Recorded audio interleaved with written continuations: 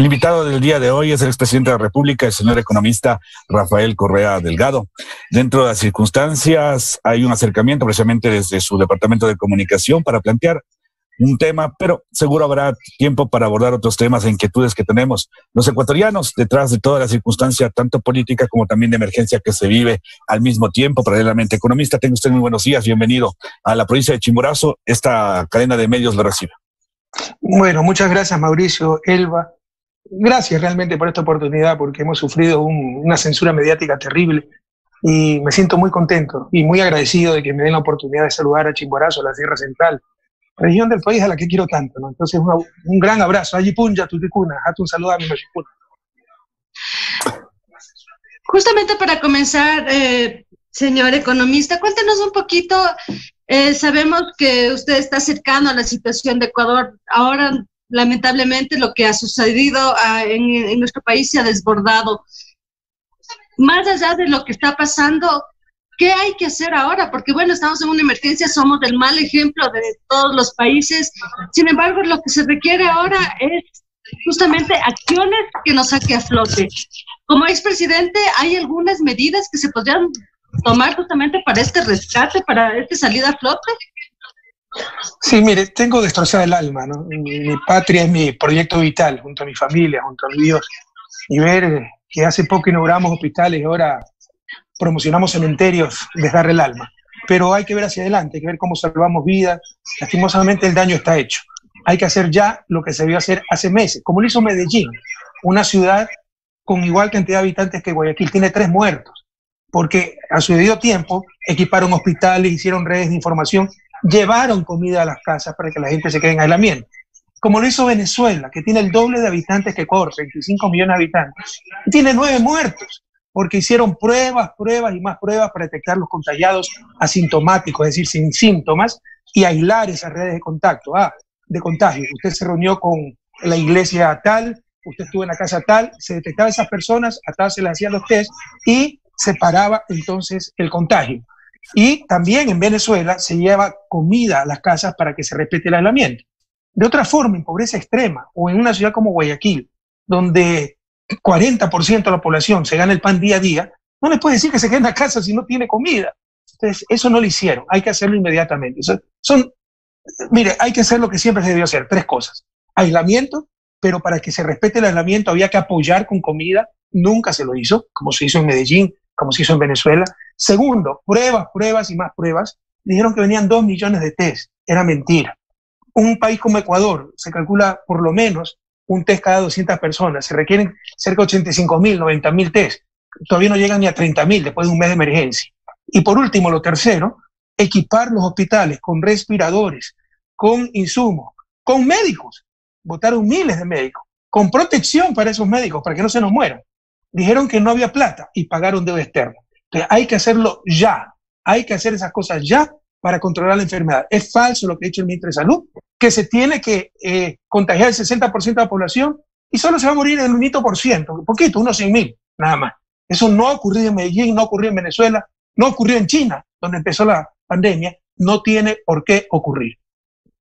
Dentro de esta circunstancia y perspectiva, si bien es cierto, la realidad de nuestro país asume dentro de la comunicación que el número de muertos en Guayaquil no son únicamente por el COVID-19, también que hubo una circunstancia de lo que tiene que ver a otro virus que también le llegó al mismo tiempo y que aflotaba a Guayaquil y que toda esta circunstancia de emergencia sanitaria hacía que tengamos este número. La circunstancia del día de ayer dialogábamos con la ministra de la Servicio Nacional de Gestión de Riesgos y asumían varios errores que obviamente tienen que ver con la comunicación propia y los protocolos de manejo. En esta circunstancia, una realidad que el mundo no estaba preparado es la justificación general en cada uno de los estados. Sobre eso, ¿cuál es la evaluación suya, economista? Vea, primero lo de Guayaquil no es cierto. Guaya, claro, ha habido epidemia de dengue, los inviernos fuertes, hay eso, Guayaquil está preparada para eso, pero nunca se van a justificar las 6.000, 7.000 muertes adicionales por el dengue. O sea, eso es un despropósito realmente, eso no es verdad. Nunca vamos a estar preparados para imprevistos. ¿Quién estaba preparado por un terremoto de casi 8 en escala Richter en el 2016? O sea, no es que algunos nos dicen, por ejemplo, hay que guardar plata para estos momentos. Y mientras tanto, ¿cómo se hacen hospitales? ¿Cómo se hacen escuelas? todo tiene lo que se llama economía un costo de oportunidad. Entonces, usted tiene que ese momento reaccionar, tiene que tener lo mínimo, pero tiene que aprender a reaccionar. No solo que esto nos cogió en el peor momento, cuando habían destrozado el sistema de salud, cuando la economía ya estaba hecha a pedazos, que estaba hecha a pedazos antes del coronavirus, cuando no había gobierno, el gobierno de octubre se vio ir, cuando dijimos llamen a muerte cruzada en lugar de reprimir y matar gente, nos dijeron desestabilizadores, pese a que estábamos invocando la Constitución. Si nos hubieran hecho caso ya tendríamos un nuevo gobierno, tendríamos dirección. No solo eso, sino que no reaccionaron, como les dije hace un momento, no hicieron nada. Entonces, esto sí, es un gran desafío para toda la humanidad, pero hay países que han reaccionado muy bien y otros países que han reaccionado muy mal, y lastimosamente. No, mire, no quiero hacer politiquería de esto, estamos jugando con vida, pero es necesario saber la verdad. No lo digo yo, lo dice el mundo. Tal vez el país que peor ha manejado, de los 3 países que peor ha manejado la pandemia a nivel mundial, es Ecuador. Y una tristeza enorme, porque está destruyendo eso, vidas, familias y a la patria entera. Sin embargo, de economista, fuera de la situación terrible que estamos pasando, usted es convocado normalmente y se le responsabiliza de toda esta situación a usted.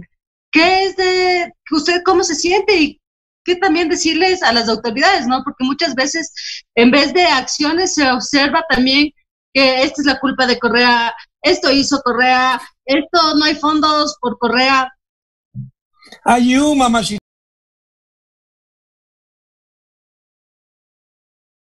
mamachicuna. El que dice eso es un mediocre. Primero debieron saberlo. ¿Por qué no lo dijeron antes? ¿Por qué no lo dijeron en campaña? Todo una gran mentira. Pero es lo contrario. Imagínense por un instante si no tuviéramos los hospitales. Imagínense si no tuviéramos el ECU 911. Imagínense si tuviéramos los cortes de luz que teníamos cuando yo recibí el gobierno. Entonces, gracias a Dios, se construyeron estas cosas. Usted me pregunta, Elba, ¿cómo me siento? Me siento profundamente triste. No puedo estar contento viendo a mi patria destruirse, pero con una también paz interior muy grande. No son cosas contradictorias. Y esa es la verdadera felicidad, al fin y al cabo, estar en paz con uno mismo, porque vemos que lo que hicimos con tanto cariño, con tanto esfuerzo, están salvando vidas, está salvando vidas. Sin los 3 megas hospitales que hicimos en Guayaquil, el del Guasmo, 500 camas, Monte Sinaí, 500 camas, el del Seguro Social de los Ceibos, 500 camas, Guayaquil fuera un gran cementerio.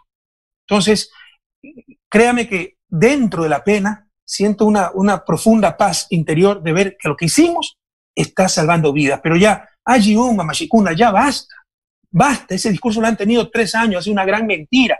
Lo acaba de reconocer Carlos Vera, muy suelto de hueso. No criticamos a este gobierno porque se cae, pero al tirano sí lo criticamos. ¿Tirano por qué? Porque le gané todas las elecciones, eso es todo. Porque perdieron el poder y por fin se gobernaba para los indígenas de Chimborazo, para las grandes mayorías, para cada región de la patria, no solo para unos cuantos. Entonces ya basta, ya no crean esa tontería y exigen al gobierno que cumpla con su deber. Sin lugar a dudas que dentro de su administración hubieron situaciones que obviamente son evidentes y usted ha detallado. Pero dentro de esta situación mediática también se va a deducir que gran parte de su equipo termina siendo parte de esta situación donde a usted en 600 hojas dentro de una resolución le nombran autor mediato, que obviamente deja en claro que dentro de la Constitución, la reforma del COIP, estaba constituido esto. Y claro, se manifiesta en varias de sus respuestas que los jueces están parcializados. Y de acuerdo a diálogos con conocedores de derecho, manifiestan que hay un error de parte de su defensa al no presentar la recusación a los jueces cuando fueron a esa audiencia de recusación y no llevan prueba. No, eso es un error. La audiencia última era solo para escuchar la sentencia. Mire, este caso es una gran cantinflada. No quiero yo salvarme, porque yo le pudiera decir, yo no sé, pudo haber sobornos, pero yo no tengo nada que ver. No solo que no tengo nada que ver, no ha existido soborno. Lea el Código Penal, aquí lo tengo, no quiero gastar el tiempo en la gente, preocupado en otras cosas, el tiempo de la gente, pero lea que para que haya sobornos, debió alguien recibir una dádiva, un premio, a aquel responsable de dar un contrato. El responsable, no es que le doy plata a la ministra de Salud para que el ministro de Obras Públicas me dé un contrato por el puente. No, debe dársele al ministro de Obras Públicas el que da el contrato del puente. Eso no existe. ¿Qué ha hecho esta gente? Todo un montaje con tanta mala fe. Un fondo de solidaridad que teníamos en la presidencia, en nuestra propia plata. He mandado tweets al respecto, revísenlo, con pruebas irrefutables, ¿no? que llevaba esta señora Pamela Martínez. Le han dado la vuelta para decir que son pagos indebidos y han hecho de la nada todo este montaje. Pero las cosas son terribles, realmente contradictorias. Fuera de toda duda está que hubo el Fondo de Solidaridad de la Presidencia. Hay decenas de personas que contribuyeron, testimonio, los registros, pero aquí dice que no ha habido y que $6.000 que yo presté de ese fondo han sido sobornos. O sea, $6.000 y que presté y que pagué hasta el último centavo. Dicen, como no tienen prueba contra mí de que he participado en algún ilícito, dicen que lo que ha habido es un influjo psíquico. ¿A quién lo dice? Ya le muestro, ¿no? Aquí está. Hizo surgir sobre un grupo de personas, específicamente sobre un grupo de funcionarios públicos de su entera confianza, ¿no? Son contradictorios que pues, hizo surgir, déjame ver por aquí. Ya le encuentro, pero aquí está en la sentencia, ¿no? Que yo he influido psíquicamente sobre los demás para cometer ese ilícito, sobre empresarios que ni conozco. O sea, vea, no conozco un abogado honesto, así es anticorrista, que acepte esta cantinflada. Usted sabe que tenemos contactos internacionales. Estamos en contacto con los mejores penalistas del mundo. Todos me dicen que esto es un atentado al derecho. Pero esa es la lucha, porque es una persecución. Por eso hicieron la audiencia en plena epidemia, para tratar de impedir que yo participe en las próximas elecciones, porque saben que serán derrotados. Hay una sentencia que está ya dictaminada y obviamente esa se va a impugnar. ¿Hay algún proceso dentro de esa materia jurídica, economista? Sí, pero mire, no tenemos ninguna esperanza, ¿sí?, en la justicia ecuatoriana. Esto es político. Ya tienen la consigna, no es que buscan la verdad, tienen consignas, tratar de destruirme a mí, evitar que participe en las próximas elecciones. ¿Por qué le digo esto? Porque si se atrevieron a tanto, en plena pandemia, rompiendo el estado de excepción, rompiendo la cuarentena, llamar a audiencia para sacar rapidito una sentencia, para tener la sentencia definitiva antes de noviembre, cuando se inscriben las candidaturas, son capaces de todo. Si son capaces de cambiar la acusación, me acusaban de ser el jefe de una banda criminal, ahora me acusan de instigador y haber tenido un influjo psíquico sobre los demás funcionarios. Si son capaces de todo esto, son capaces de cualquier cosa. Si son capaces, miren lo que pasó un día antes del juicio, se descubrió una filtración de miles de documentos demostrándose la colusión, la complicidad entre fiscalía y juez. El juez debió irse inmediatamente preso. No pasa nada. Si son capaces de todas esas cosas, ya esperamos cualquier cosa de la justicia ecuatoriana. Esto se ganará a nivel internacional. Justamente, señor economista, ¿qué se tiene previsto? Porque se ve que es una cosa tras otra. Sin embargo, y usted ya estaría inhabilitado en Ecuador para participar. A nivel internacional ya se está haciendo algunas acciones, o qué se va a hacer, o su intención es participar en las próximas elecciones. Mi intención es estar donde mi patria me necesite. Yo quería retirarme de la política, pero si hubiera querido continuar, me hubiera lanzado de candidato y le he ganado. Ustedes saben que le he ganado. Quería devolverle tiempo perdido a mi familia. Quería regresar a la academia, siempre me ha apasionado la academia. Yo soy especialista en desarrollo. Después de dirigir 10 años un país en vías de desarrollo muy exitosamente, que lo pasamos de renta baja a renta media, pero no lo decimos nosotros, lo dice el Banco Mundial. Lo pasamos de desarrollo humano medio a desarrollo humano alto, no lo decimos nosotros, lo dice las Naciones Unidas. Creo que después de esa experiencia, algo tengo que decirle al mundo. Quería escribir libros, pero empezó esta persecución. Yo tengo 31 juicios penales. Ni el Chapo Guzmán, Pinochet y Al Capone juntos pues tienen tanto. Hay gente inocente presa más de 2 años por el Glass. Pero compañeras, compañeros, no se trata de ser corrista, anticorrista. Si no amamos la verdad, todos nos destruimos. ¿Dónde están 20 centavos más la vida, Jorge Glass? ¿Cómo puede haber corrupción si usted no lucró? O sea, ¿quién es corrupto para lucrar, para darle plata a los chinos, para darle plata a Odebrecht? Es para ganar plata uno. ¿Dónde están 20 centavos más la vida? El que los tiene es Moreno, en la cuenta INA Investment 100-4-10-71-378 Balboa Bank, Panamá, que se descubrió antes del caso Arroz Verde. Y no ha movido un dedo la fiscal, porque es una corrupta que busca encubrir a Moreno y perseguirnos a nosotros. Entonces, sí, estamos ante un asedio brutal. Yo quería retirarme de la política, pero ante la destrucción que hacen de la patria, ante la persecución a mis compañeros, pero gente honesta, ante la persecución a mí, el sufrimiento de nuestra familia, la manera de cambiar esto es cambiando la realidad política. Y si tenemos que estar ahí, como candidatos estaremos, ellos lo saben, y por eso tratan de impedirme participar. Y tratan de impedir participar a la Revolución Ciudadana. Quieren eliminar Compromiso Social Lista 5 para que no tengamos partido con el cual participar en las próximas elecciones. Y eso pasa, compañero. Ustedes averigüen dónde está Revolución Ciudadana participando, listas XYZ, 427, y marquen con toda fe esa lista para recuperar la patria, para volver a esos tiempos de felicidad que tuvimos del 2007 al 2017. Economista, parece que Sentidos Ecuatorianos tiene a que los actores que no están vigentes dentro de la administración pública siempre tachan, señalan y manifiestan que la justicia está parcializada. Lo hicieron varios manifestando la justicia social cristiana en el tiempo de Fres Cordero, luego la Pichicorte en el otro gobierno. Cuando usted estaba al frente del gobierno también hablaba que se apoderó de todos los poderes del Estado, quienes estaban fuera del gobierno. Ahora, usted manifiesta algo muy similar. Y el caso suyo es mucho más particular, porque obviamente fueron parte de un gobierno inicial, de un periodo inicial, que obviamente parecería que hay un buen maestro y un buen alumno. Miren, es que esto nos enseña a que, con la excepción de medios locales que ejercen un verdadero periodismo, que viven el día a día, esos medios hegemónicos, que más que medios de comunicación son empresas, y ni siquiera económicas, de poder, empresas políticas, representando a ciertos grupos políticos, o sea, ya no le podemos creer a esa gente. Sí, contra mí 10 años pasaron diciendo de todo. Ahora estos 3 años, como no pueden negar las carreteras, el paso de la circunvalación de Riobamba, los hospitales, dicen que todo hubo sobreprecio y no muestran nunca nada, no creo, nunca absolutamente nada. Entonces, si podemos sacar una lección de esto, es no creerle a esa gran prensa que no informa, manipula, defiende a los amigos como Moreno, la han encubierto todo, y quiere hundir a los enemigos. Y a mí me consideran enemigo porque conmigo nunca gobernaron, tuvieron que pagar impuestos, nunca les acepté el hijo para el consulado en Canadá y cosas así. Entonces, aquí remitámonos a las pruebas.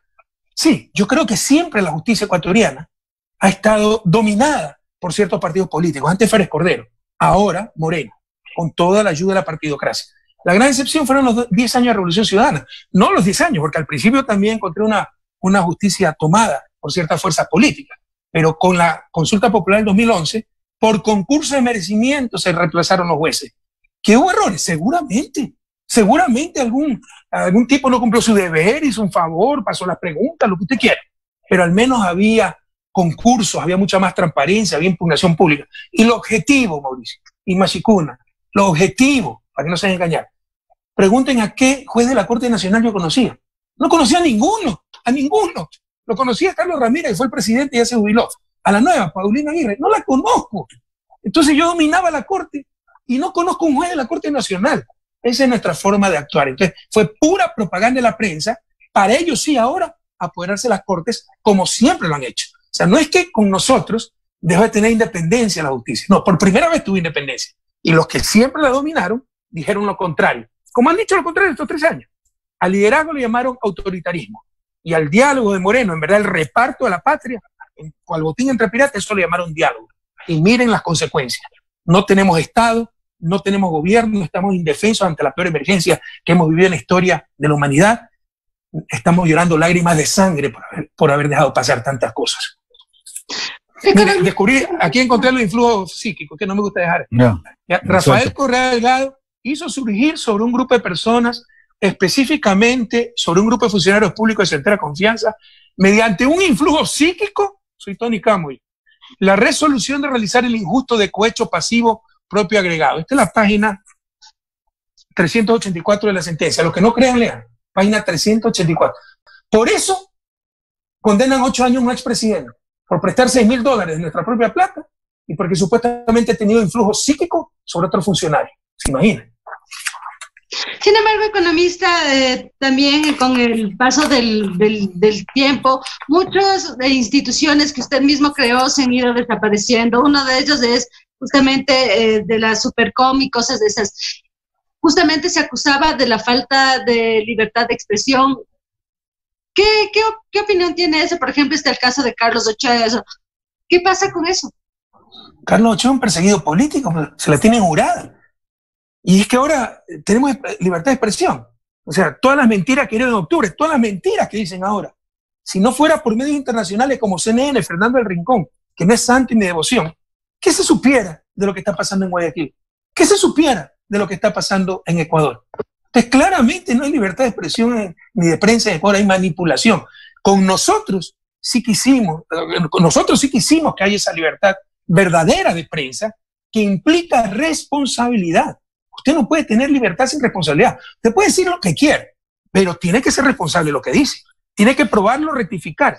Y eso era la ley, y eso era la Supercom, pero no lo quisieron aceptar nunca, ¿no? Y con Moreno, con la complicidad de Moreno, eliminaron todo. Y miren las consecuencias. Economista, pero si en ese caso no se les fue la mano también a las instituciones públicas, porque bueno, hay algunos casos en Chimborazo que cuando se sacaba alguna nota, enseguida las instituciones ni siquiera pedían réplica, sino era ya directamente a la Supercom. ¿No es también un abuso y persecución? Vea, si usted, ¿persecución a quién? ¿A quién se persiguió en Chimborazo? A los medios, probablemente. Cualquier nota que se sacaba. ¿Ah? Cualquier nota que se sacaba justamente enseguida no había debido proceso. Uh-huh. Vea, si ustedes quieren buscar errores en 10 años, los van a encontrar. Yo les digo, no era política del gobierno, y yo sí creo que se llevaba el debido proceso. O sea, yo puedo denunciar todo lo que quiera a Supercom. ¿Cuántos fueron sancionados? Esa es la pregunta. ¿Cuántos fueron multados? No hay ninguno suspendido, ¿verdad? O alguno fue suspendido. Eran multas, y multas de $200, $500, pero les hería el orgullo y no aceptaban ni siquiera eso.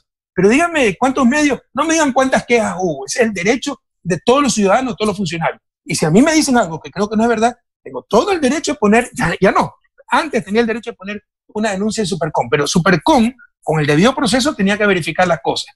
¿Cuántos? Y solamente si se veía que el medio no rectificaba y era culpable, se lo sancionaba con multa, y multas pequeñitas, la máxima creo que fue $3,000.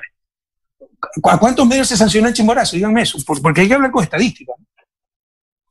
Dentro de las circunstancias, dentro de la manera de precisamente proceder, los medios de comunicación tenían intimidación, o sea, no había la libertad que se dice tenían después de su gobierno, porque muchos de esos representantes de medios de comunicación también lo han afirmado. Y obviamente, no sé si en realidad es la posición también política de muchos medios que sí existe, como usted también lo ha manifestado, y que finalmente termina por dilatar precisamente ambas circunstancias de la balanza. Desde su lado, obviamente, hubo una situación de transparencia dentro de la información, pero desde el otro lado, un impedimento de poder decir o denunciar cosas como de periodistas que también se sintieron perseguidos por usted y que también dentro de la justicia pudo hacer rápidamente algunas situaciones contra ellos. Mauricio, usted está generalizando muchas cosas, pero vamos por partes. Primero, no me responde cuántos medios de Chimborazo han sido sancionados. Que presentaban quejas a los funcionarios, ese es su derecho. Pueden presentar todas las quejas que quieran. Otra cosa es cuántos medios fueron sancionados. Que la ley intimida, pero si han dicho la verdad, ¿por qué van a estar intimidados? CNN hace poco, por un adolescente, fue demandado por $270 millones. ¿Usted quiere decir que está intimidada la prensa norteamericana? No, tienen que decir la verdad, si no tienen que asumir las consecuencias. Y usted sabe que por qué dijeron los medios de comunicación que estaban conmigo presionados y ahora ya no, porque con nosotros sí tenían que respetar la ley y ahora sí lo que le da la gana, pero si lo vienen a reconocer. Carlos Vera lo viene a decir muy suelto de hueso. No lo criticamos lo que veríamos porque se nos caen. Y vuelve Correa, a ese sí lo criticaba. Eso no es prensa, eso es manipulación, eso es corrupción, Mauricio. Eso no nos hace bien a nadie. Eso todos, empezando por los periodistas, deberíamos estar unidos para desterrarlo en nuestro país. En 5 años de la Supercom se emitieron 705 sanciones y el monto recaudado fueron $830,000. Maravilloso. Eso quiere decir que el promedio de multas es 1,000 y pico, y en 5 años quiere decir que más o menos tuvimos por año, ¿cuántas serán? Pues 150 multas por año. Y promedio $1,000. O sea, no se puede sancionar. O sea, ustedes lo que están defendiendo, y ojalá pasemos a otro tema porque la gente tiene interés en otra cosa, pero ustedes lo que están defendiendo es que no se puede sancionar a los medios de comunicación ni a los periodistas. Yo no estoy de acuerdo. Todos debemos respetar la ley, empezando por los periodistas. Economista, una de las preguntas que se nos viene a la mente es que durante sus 2 periodos en la presidencia, usted estuvo varias veces aquí en Chimborazo con varios de los funcionarios que hoy también siguen en el gobierno de Moreno. Cuando usted se fue, hasta hubo lágrimas en algunos de ellos, hoy siguen en el gobierno de Moreno. ¿Qué decirles a esas personas? Me imagino que eran sus conocidas, gente de confianza para que usted les haya colocado en esos puestos. Sin embargo, ¿qué siente ahora que les ve junto a Moreno? Bueno, por definición, el traidor es alguien en quien se confía, pues si no, no sería traición. Bueno, si Jesús no hubiera confiado en Judas, no sería traidor Judas. Entonces, si Eloy Alfaro no hubiera confiado en Leonidas Plaza, no sería traición Leonidas Plaza. Pero yo no le diría nada, o sea, yo no diría nada, la historia los va a juzgar. En buena hora, esto ha sido una prueba muy dura. Estoy seguro que es cuestión de tiempo para que vuelva a Revolución Ciudadana, y con la experiencia acumulada, pues seremos mucho más cuidadosos de esos traidores, de esos oportunistas que siempre los va a haber. Es tan viejo como la historia de la humanidad. Sin embargo, sí me sorprendió la cantidad de gente que se vendió por el primer plato de lentejas o por amenazas. Pero una revolución, gente que en verdad quiere cambiar al país, un país tremendamente desigual, un país que ha pasado 200 años en su desarrollo, no puede ser ni corrupta ni cobarde. Entonces, con la experiencia acumulada, seremos mucho más atentos en el futuro. Yo quiero agregar algo más a lo que acaba de decir Elba Lucía, y tiene que ver precisamente con esta parte política. El socialismo del siglo XXI fue la bandera de presentación en la primera administración del economista Rafael Correa, con un grupo de personas que hacían Alianza País. Esa alianza se fue fraccionando desde el primer momento, desde la posesión propia del gobierno. Obviamente se podía notar precisamente que acuerdos no se cumplieron y muchos de ellos empezaron a frenarse y se fueron hacia el otro costado, hacia precisamente la oposición, como se le conoce políticamente. En la provincia de Chimborazo, algo propio, 5 frentes de Alianza País que nunca surtieron unidad y que siempre se mostraron precisamente la fragilidad, y que dentro de la provincia de Chimborazo siempre tenía que existir alianza, porque la particularidad de este Alianza País del economista Rafael Correa, líder, y de un grupo de personas que obviamente terminan siempre buscándole a usted para que lidere el movimiento político. Esta parte precisamente del fundamento de buscar líderes dentro de cada uno de los movimientos políticos termina siempre en los caudillos, y usted es uno de ellos. ¿Cómo se fortalece entonces ahora la política si a usted le impiden participar, si usted no puede participar? Y claro, le buscan siempre para la imagen insonora de esta revolución ciudadana. Mauricio, el guayaquileño soy yo, el que habla muy rápido soy yo, que a veces me habla muy rápido y no le sigo toda la idea. Me ha hecho varias preguntas, voy a tratar de contestarlas, pero te digo que empezó Alianza País y se rompieron acuerdos. Este acuerdo se rompió. Lo que pasa es que, por ser honestos, no nos vendimos al MPD, que nos apoyó en la segunda vuelta, se fueron, que les vaya bien. Por quitarle la educación bilingüe a Pachacuti, que era inconstitucional que la tuvieran, y era un botín político y era de la peor calidad, lo decían todas las evaluaciones, se fue Pachacuti, que se vaya. Por haber limitado a estos vanidosos ambiciosos de ruptura, María Paula Romo, ¿cómo se llama el otro? Roldán, se fueron denunciando que nos queríamos tomar la justicia en la consulta del 2011. En la consulta del 2011, Juan Sebastián Roldán 3 veces me pidió hablar, pero era por la pregunta 8, para que la quite, la de los toros, porque su papá, él es torero, su papá, ese es su negocio. Nunca me mencionó el resto de cosas. Esa es la verdad histórica. Entonces, sí siempre hubo ese problema, ese fraccionamiento. Pero ahora se quiere satanizar los liderazgos, y cuando se los quiere satanizar, se llama caudillos. Vean, no nos engañemos. Ecuador no es Suiza, que nadie conoce al presidente en Suiza, cambia cada año el presidente, un consejo, diría Suiza. Pero un país que marcha como un reloj suizo, no necesita ni gobierno, ¿no? Nosotros aquí, si trabajamos 7 días a la semana, como lo hacíamos nosotros, 16 horas, a duras penas avanzamos. Entonces, no nos engañemos, por favor. Los liderazgos no son cosas malas, son cosas positivas, deseables, más aún cuando es un país en vía de desarrollo. Estados Unidos, hasta la Segunda Guerra Mundial, tenía reelección indefinida de presidente. Franklin Delano Roosevelt fue elegido 4 veces, entonces también es un caudillo. Y precisamente para que los otros tengan oportunidad, republicanos y demócratas rivales de Roosevelt, es que prohibieron más de una reelección, pero porque todos quieren llegar a la presidencia. Pero de ahí para abajo, y ya cuando Estados Unidos es un país desarrollado que marcha solo, pero de ahí para abajo, gobernadores estatales, congresistas, senadores federales y senadores estatales tienen reelección indefinida. Entonces no satanicemos lo no satanizable. Los liderazgos no son malos, son buenos. Otra cosa es ser caudillo, otra cosa es utilizar eso para el beneficio personal. Nosotros utilizamos el poco mucho liderazgo que Dios nos haya dado para trabajar, pero 16 horas diarias por nuestra gente. Se me vino a la mente también una frase suya, donde decía que usted, Alianza País, en muchos sectores es una ficción. ¿Chimborazo fue eso? En Chimborazo es donde una de las provincias donde mayor problema teníamos, el movimiento indígena era bastante fuerte.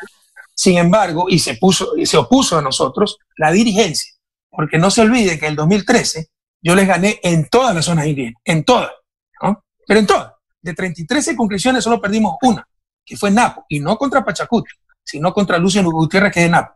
¿Ya? Y quedamos segundos nosotros, vencimos a Pachacuti de Napo. O sea, en todas las circunscripciones ganamos, algunas tremendamente indígenas como Chimborazo. Entonces, pero sí, teníamos problemas con nuestra organización. Alianza País, recuerde, fue un movimiento nuevo, fue un proceso muy especial. No es como el boliviano, que los movimientos sociales son centenarios y captaron el poder con Evo Morales, o el Partido del Trabajo, que ya tenía décadas de formado, ¿no? Nosotros formamos Alianza País en abril de 2006 y yo ya era presidente en enero del 2007. Entonces fue un partido que creció con el poder y hay mucha gente que fue leal al poder, no leal al sueño, a la visión, al proyecto político. Además de que siempre hubo facciones, usted tiene razón, y es una lástima, porque no tenemos la madurez de entender, ojalá que con esta dura experiencia aprendamos, que si somos gente buena, que busca el beneficio de los demás, la justicia social, la prosperidad, es mucho más lo que nos une que lo que nos separa. Señor economista Correa, volviendo al tema de esto de la pandemia, sabemos que usted debe tener mucha información. Una de las preocupaciones a nivel de país es justamente que se habla de unas cifras oficiales, pero también de sus registros, y me imagino que a usted también le dan a conocer esto. ¿Qué se sabe? Porque mucha gente justamente se consulta, hasta el viernes habían unas cifras oficiales, ahora hubo una reducción. Pues justamente se quiere saber exactamente por qué se da esto. ¿Es para cambiar de imagen? ¿Es por las pruebas PCR? ¿Ustedes qué conocen también al respecto de eso? Me imagino que le deben tener información justamente ustedes de lo que está pasando, o qué es el plan que se quiere indicar al país, porque hasta ahora una respuesta no se tiene. Mire, no hay que ser genio para entender esto. O sea, cuando decían que habían 200 muertos, yo conocía por lo menos a 10. ¿Cuál es la probabilidad que de 200 muertos en un país de 17 millones de habitantes yo conociera a 10? Es imposible. Es porque eran no 200, sino 2.000. Y solo en Guayaquil. Ahora son 10.000 más o menos. No pueden tapar el sol con un dedo. ¿Qué es lo que pasa? Como no hacen las pruebas, y ojalá sea por escasez de pruebas o por ahorrar pruebas en buena hora. O sea, me parece inteligente. Si no hay suficientes pruebas, ya, esa persona falleció, una tragedia, pero utilicemos la prueba en los vivos. Sería correcto eso, ¿ya? Pero como no se hacen las pruebas, no se certifica el motivo de muerte, entonces no lo contabilizan como muerte por el coronavirus, ¿no? Pero es una ficción. Usted puede hacer modelos matemáticos, puede hacer cálculos, estimaciones, como hacen muchos países, porque en muchos países está pasando eso, que no se puede hacer la prueba a todos los fallecidos, ¿no? Y sacar un número aproximado de defunciones. Pero los muertos son miles y el dolor del alma es que esto va a continuar.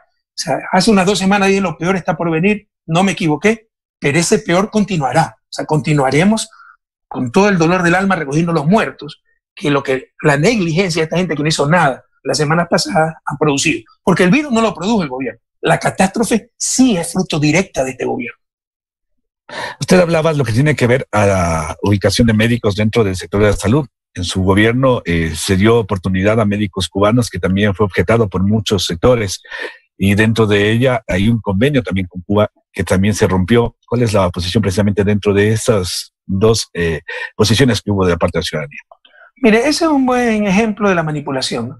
Se decía, ¿cómo traen médicos cubanos y médicos ecuatorianos? Sí, pero no querían ir pues donde estaban los médicos cubanos. Flavio Alfaro y tantos cantones recónditos en la selva, etcétera. No querían. Además que hay ciertas especializaciones donde falta gente, ¿no? Pero bueno, se necesitan más médicos. Entonces, no es que los cubanos desplazaban médicos ecuatorianos, sino que además de los cubanos podíamos tener más médicos ecuatorianos. ¿Qué hizo el gobierno? Despidió miles de funcionarios de la salud, entre ellos centenas de médicos, enfermeras, y acabó el convenio con Cuba. Mire las casualidades trágicas de la vida. Diciembre del 2019, cuando más los íbamos a necesitar esos médicos, 400 médicos cubanos regresaron a Cuba. ¿Cuál es mi opinión? Es el fundamentalismo, que la politiquería, que no les importa el país, les interesa solo su odio, ¿no? Les interesa solo sus fijaciones ideológicas. Porque créanme, si yo tuviera buenos doctores gringos trabajando con los indígenas en Chimborazo, con los montubios en la costa, sería el primero en apoyarlo. No me importaría que sean gringos, chinos, marcianos, con tal de que estén curando a la gente. El gobierno, con la prensa, por odio a Correa, porque era otra obra de Correa, por fundamentalismo ideológicos, acabó el convenio de Cuba, con Cuba y perdimos 400 médicos. Economista, dentro de todo este tiempo que ya ha pasado, también debe reconocer usted que hubo errores. ¿Cuál es ese error que usted piensa que usted pudo no haber cometido, pero que ya está ahí y que se puede corregir? Pero en 10 años, ¿quién no comete errores? Eso es obvio. Pero esa es la otra cosa, ¿no? Apuntarle solo a los errores. O sea, eso es un absurdo. Hay que ver el balance final y el balance es muy positivo. Toda obra humana, peor en 10 años, va a tener errores. ¿Cuál es el peor error? Haber apoyado a Moreno, indudablemente. Pero usted dijo error que se puede corregir. Eso yo creo que ya no se puede corregir y no me terminaré de pedir disculpas al pueblo ecuatoriano. Discúlpeme, economista, ¿nunca hubo alguna señal? Porque claro, él fue su primer vicepresidente. ¿Nunca hubo alguna manifestación, un llamado de atención por parte de él? Justamente porque a los pocos días de presidente se dé la vuelta a la tortilla tan radicalmente. Pero Alba, vea lo que decía, está grabado. Es un video, eso no se puede cambiar. Que el mejor gobierno de todos los tiempos es el de Rafael Correa. El mejor ecuatoriano de todos los tiempos, Rafael Correa. El mejor presidente de la historia y del mundo, lo dijo alguna vez, Rafael Correa. Ven al cierre de campaña, yo diría a mis nietos que cabalgué junto a Rafael Correa. Ya había sido un mentiroso profesional que nos engañó a todos y ya tenía preparada la traición. Porque como reconoció Otto Sonnenholzer, en 2016 se habían reunido en Suiza y habían acordado cambiar todo. O sea, ya estaba lista la puñalada. Entiendan una cosa, por favor, si no, nunca saldremos su desarrollo. La democracia la destrozó desde el momento en que nos traicionó, no a nosotros, sino al programa de gobierno ganador. No se elige a alguien por su nombre, se elige por el proyecto que ha presentado. La gente confía en el pacto social de la democracia. Voté por ese proyecto, hay que ejecutar ese proyecto. Ese proyecto era de la Revolución Ciudadana. Lo votaron al tacho de la basura, adoptaron el neoliberalismo que nos tiene destrozado, pactaron con nuestros peores enemigos para que nos persiguieran.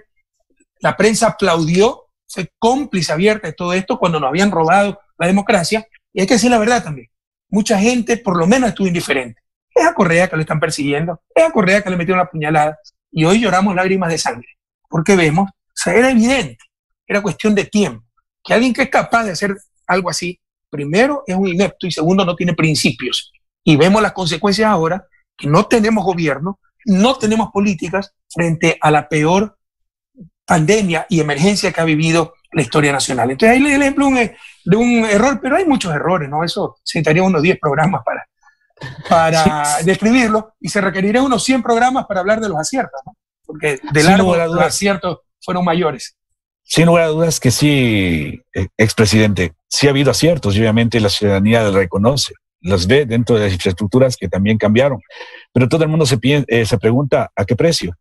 Con las circunstancias de lo que se evidencia, obviamente, de sobreprecios, se habla, obviamente, lo de Odebrecht, que termina también dando bastante desconfianza al espíritu del cual fueron creadas las mega obras, que terminan precisamente teniendo un buen espíritu, pero que en el camino o en los mandos intermedios terminan oscureciendo toda la buena intención. Qué bueno que me haya preguntado esto. Por favor, hablemos con estadísticas, con datos concretos, porque hemos consumido mucha propaganda. Hace un momento hablamos de las radios cerradas en Chimborazo, no me pude decir ninguno. Ahora hablamos de la obra con sobreprecio. Dígame una obra con sobreprecio, por favor. Una obra. Las mega obras de Odebrecht estaban hablando de sobreprecio. No existe, es mentira, no existe. Son ajustes contractuales perfectamente legales. Vea las declaraciones de Concienzado Santos, ese corrupto, que siempre acaba diciendo que los precios de Odebrecht eran los más bajos de todas las ofertas. Es la gran mentira. ¿Para qué? Para que no se haga obra pública y todo lo hagan los privados, todo el negocio vaya a los privados. Y yo no tengo problema si lo hicieran. Pero ¿cuándo iba a ser la circunvalación de Riobamba un privado? ¿Cuándo iba a ser en concreto la Valvanera Payatanga un privado? ¿Cuándo iba a ser Coca-Cola Sinclair un privado? Pero la Valvanera Payatanga está totalmente atoriada. Ya vamos a hablar de eso. En todo caso, confunden ajuste de contrato, que el BID llama. Es correcto lo que dice, pero puede malinterpretarse sobre costo. Que algo que creíamos que valía 100, como encontramos una falla geológica, había que mover más tierra, ahora cuesta 150. Eso no es sobreprecio, eso es reajuste del contrato. pero no han hecho creer que por eso que el poliducto Pascuales Cuenca tiene sobreprecio, que la hidroeléctrica tanto tuvo sobreprecio. Eso no es sobreprecio. Nos han mentido, nos han engañado. Si no, digan dónde está la plata de esos sobreprecios. Alguien debió recibir ese sobreprecio, ¿no? Usted ha mencionado Odebrecht.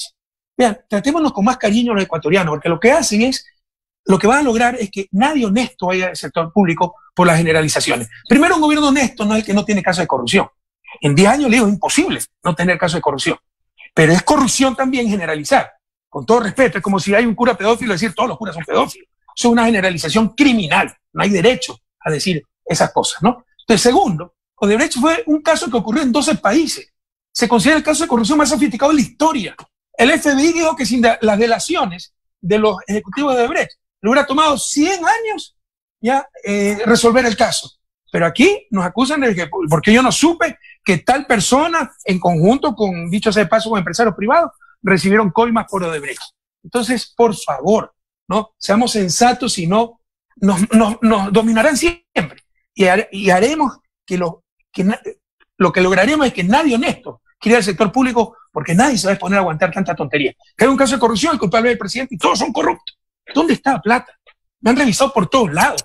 Me han contratado empresas para revisar mis cuentas, movimientos migratorios. No han encontrado 20 centavos y no van a encontrar jamás, porque somos gente honesta como Oreglar, que lo tienen más de 2 años preso. Tú has mencionado a Valvanera Payatán. Eso es otro problema.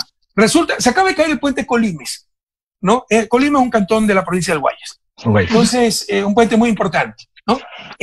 Cuando creyeron que era el puente que yo había hecho otro puente, enseguida en redes sociales empezó la campaña, ahí está, corrupto, inútil, se cayó el puente. Suponiendo que eso haya sido verdad, que no era verdad, era de Nicolás Lapente. Miren, es que esto nos enseña a que, con la excepción de medios locales que ejercen un verdadero periodismo, que viven el día a día, esos medios hegemónicos, que más que medios de comunicación son empresas, y ni siquiera económicas, de poder, empresas políticas, representando a ciertos grupos políticos, o sea, ya no le podemos creer a esa gente. Sí, contra mí 10 años pasaron diciendo de todo.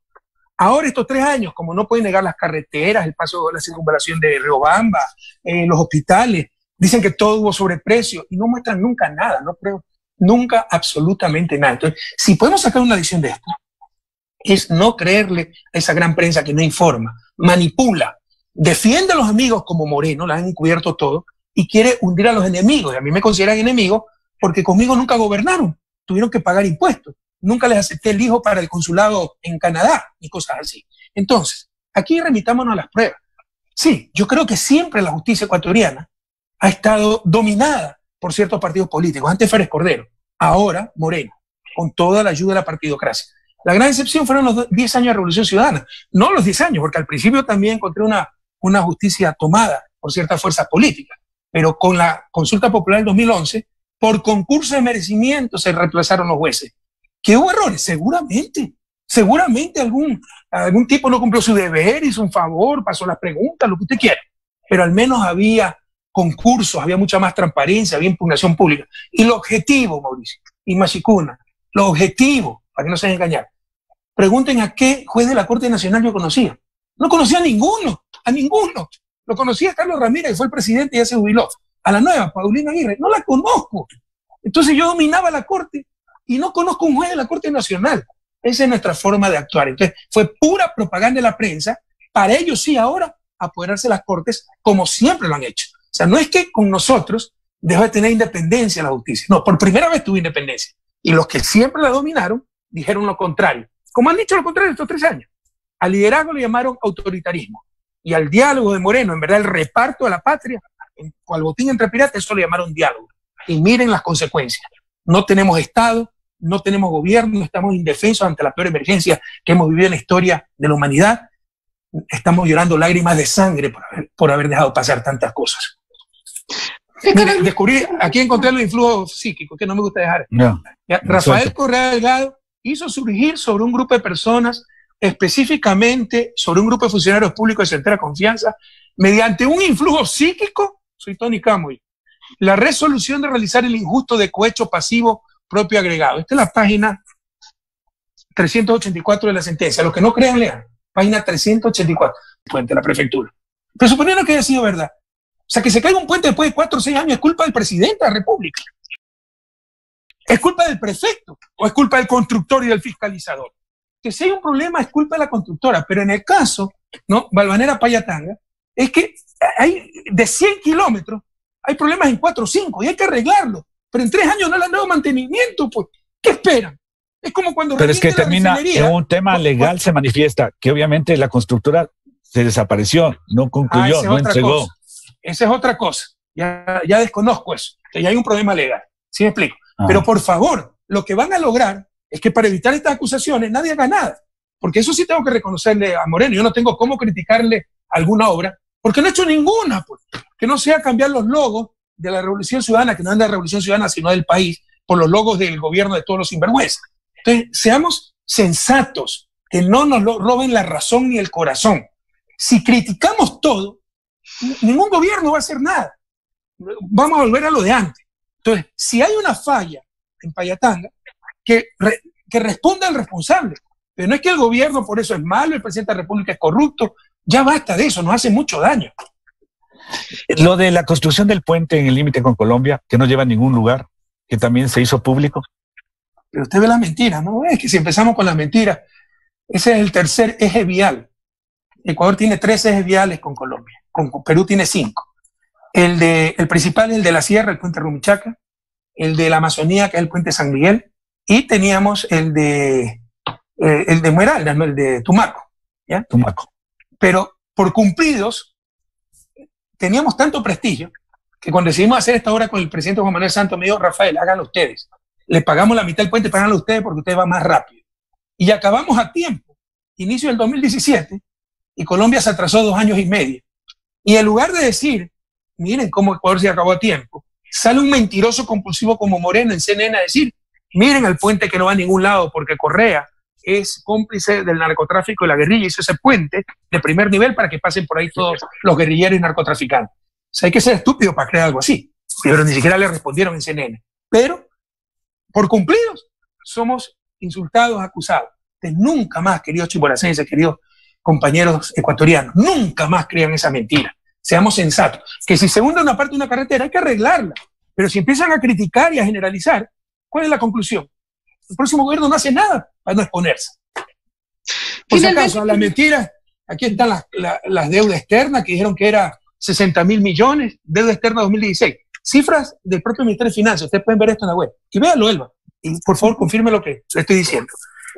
25.600 millones, dijeron que eran 60.000 millones. 25.600. Las reservas, dijeron que lo habíamos dejado sin reservas. Estas eran las reservas antes del país, esa es la liquidez del país, ¿no? Hasta el 2000, perdón la vejentud, ya no veo. Y hasta el 2006 está aquí. Ya estaban subiendo, pero nosotros continúan subiendo y se estabilizaron. Este gobierno que las ha tumbado nuevamente. Pero dicen que dejamos al país sin reservas. Y si eso hubiera sido cierto, después de 3 años, ya debieron pues tener de nuevo reservas. Y sigue justificándose en el gobierno anterior. Entonces realmente es una vergüenza. Hay también otra exposición, lo que tiene que ver el negocio del petróleo con China y la triangulación que dice existir. ¿Quién dice existir, Mauricio? Hay que ser más concreto en eso. Porque si él denunció lo ¿cómo se llama? Villavicencio, ese dice cualquier cosa. Y cobra por lo que calla y cobra por lo que dice. Dice cualquier tontería. O sea, el negocio con China ha sido recontrabueno, está transparente, pero quieren buscarle la quinta pata al gato. En estos momentos nos va a convenir muchísimo. Confundieron las ventas, el compromiso de venta, que es garantizar un mercado, con que teníamos hipotecado el petróleo hasta el 2024 y no íbamos a recibir 20 centavos. No era eso. Era que teníamos obligación de suministrar el petróleo a China. China tenía obligación de comprármelo al precio del mercado vigente y el gobierno de turno recibía el dinero. Y eso es recontra bueno en una circunstancia como la actual, donde no hay mercado, donde se ha desplomado la demanda y nosotros sí podemos seguirle vendiendo a China. Pero se dice cualquier tontería en el país y nadie verifica. Finalmente, economista, terminemos con esta entrevista. Un mensaje para Chimborazo. ¿Qué decirle a la ciudadanía, a la gente del Ecuador? Un mensaje de esperanza justamente que estamos pidiendo a todos nuestros entrevistados. ¿Qué decirles en estos momentos tan de crisis que se está viviendo? ¿Qué decirle al país? Vea, es duro. Yo no me engaño ni engaño. Lamentablemente La partidocracia, los medios de comunicación están cosechando lo que sembraron 3 años, protegieron un gobierno inepto, corrupto, y estamos pagando las consecuencias. Entonces la situación es muy dura. En la parte sanitaria se nos viene una crisis económica terrible, y no solo que no están haciendo nada para evitarla, están profundizándola, porque no hay control de capitales, siguen fugando capitales. El año pasado la economía decreció 0.5%. Muchos de los que nos escuchan, el tendero, el comerciante ambulante, debió haberlo sentido, vendió menos, ganó menos, su hijo se quedó sin trabajo.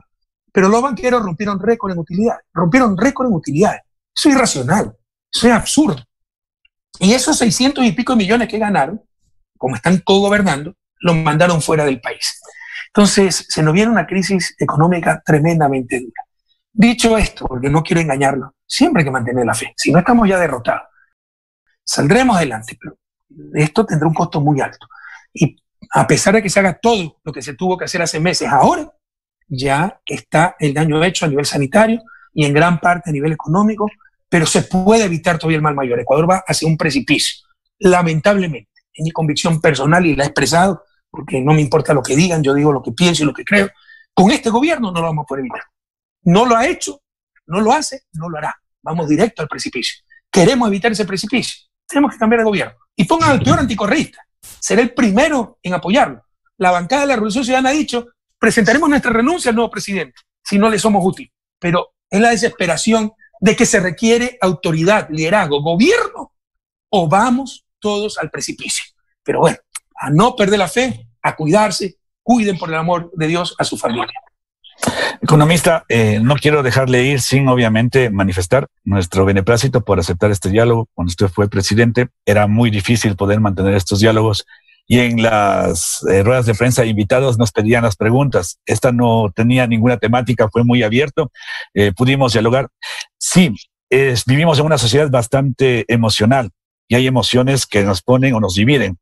Y por no darle la razón a usted, a lo mejor me pongan del otro lado. Y por no darle la razón al otro lado, a lo mejor me pongan del suyo.